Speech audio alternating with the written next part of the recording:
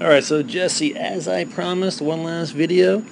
Um, Here's you up against Robby Kelly.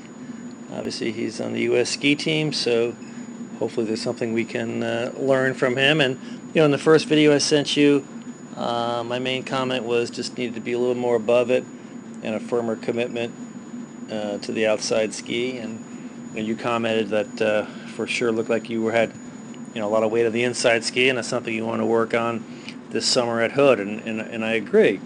One thing I will say is that I think if you gave yourself, again, a little more room above the gate and the rise line, got above it a little bit more, that things could fall into place a little better. But let's take a look. Again, these are separate courses, and there was a men's and a women's, so it's not an ideal or exact comparison, but I think we can still make some assumptions. So coming in here, you're hitting the pole right there, and Robby is hitting it right now, and you can kind of already see that he has a lot more direction done in the skis. Actually, I'm not drawing it too well. His are more that way, and yours are down this way. Another thing that's you could tell is the angles that he's getting, and that's a lot more here, and you're here and here. So he gets a lot more hip break there. It really allows him to really get strong on the outside ski. So he gives his feet a little bit more room, allowing him to drop the hip in and get some pretty significant angles. Again, it's different courses, so we're never certain that these gates are the same kind of offset, but you're in a similar section of the course, so it shouldn't have been too much different. You can see right there how he really stands on that outside ski. If you look at the band, look at the difference in them. Although you're on the outside ski, for sure, I think you got a little more weight on that inside. But primarily, I think if you just got above it a little bit more, brought a little more shape back to the pole, again you're hitting them there, and your skis are still kind of coming down here. I mean, he's not too much different, particularly his inside one, but I think the outside one, because he's got so much bend in it, the arc is clearly going to bring him more this way, quicker.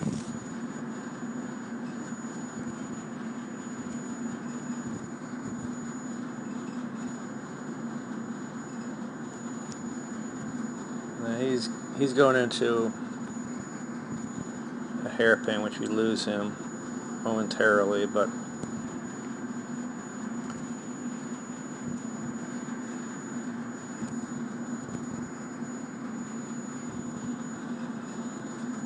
again, you can see here he's hitting the pole with really his direction done,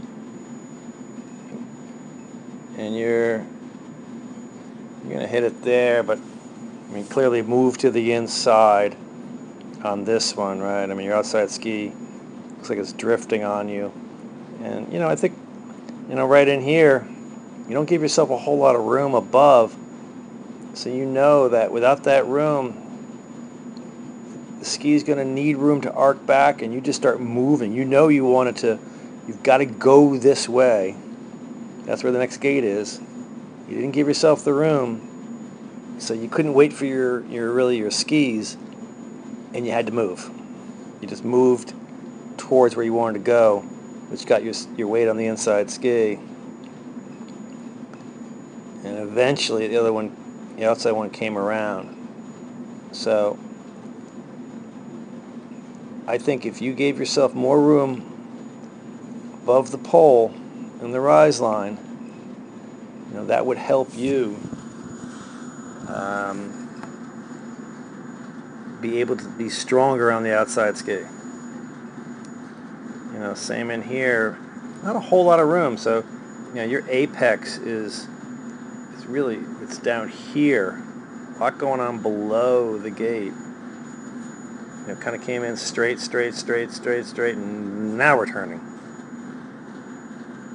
You know, where we'd love to see a little more comma shape, bringing some shape back to the pole from up above. His shape is up here. And get off that ski fast, so that's where his shape is. Bring a little shape back, and he really, you know, as you can see, standing pretty strong on that outside ski based on the bend of the outside ski relative to the inside one.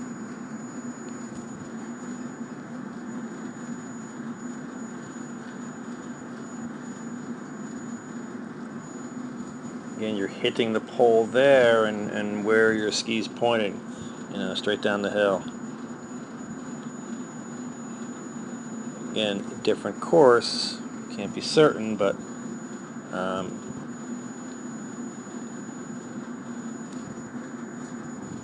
he's hit the pole and I think a little more direction done.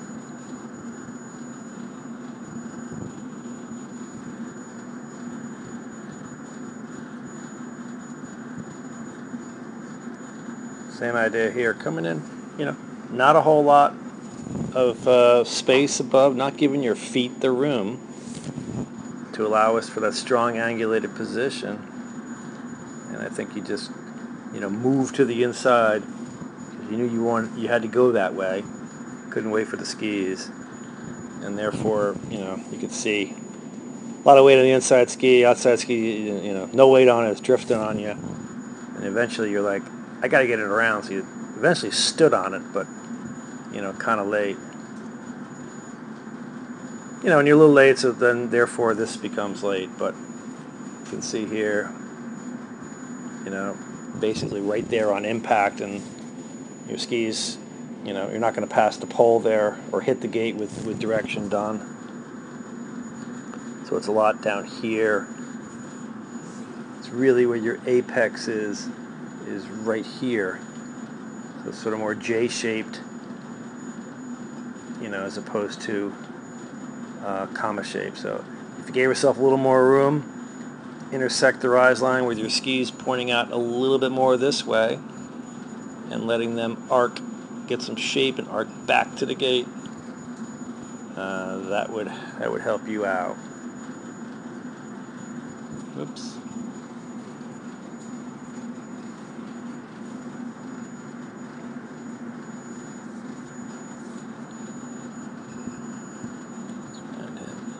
What I really like the way he does is really move forward through the turn, gets himself up the top of the turn with the hips over the boots, and really allows him to be in the front of the boot, and you can see the bend on the outside ski. But I mean, look at how he is aligned up. You know, really brings the hips forward, and through this turn, if you look, okay, your hips are back, which is sort of normal in the, you know, in the transition because they're retracting. But here is where they should be moving forward, and they don't quite do it. You know, still those hips kind of back. Now this is more the turn that you just saw yourself in, and he's not going to get as far as forward as he did in the prior one, but you know, I think right there, it's a tougher angle, but I think right there he's got his hips up over that outside, particularly outside ski boot, and he's, you know, seems to be, you know, fairly, you know, erect because he moved forward. You still stayed. It's not bad, but right in here, really could have pushed a little more forward over this breakover. But all in all, as we've said all year long, had a great year. Points under 100, and they should stay there after the When they adjust the USSA points, I think they will stay under 100, so that's a great job. Awesome season. And, I thought, this may help as you get ready to go to the hood. But, my feeling is that if you gave yourself more room, above the gate, got a little more done above, things would kind of fall into place better, I mean. So give your feet more room and give yourself more room, and I think you'll be off that inside ski. But enjoy the hood and ski fast.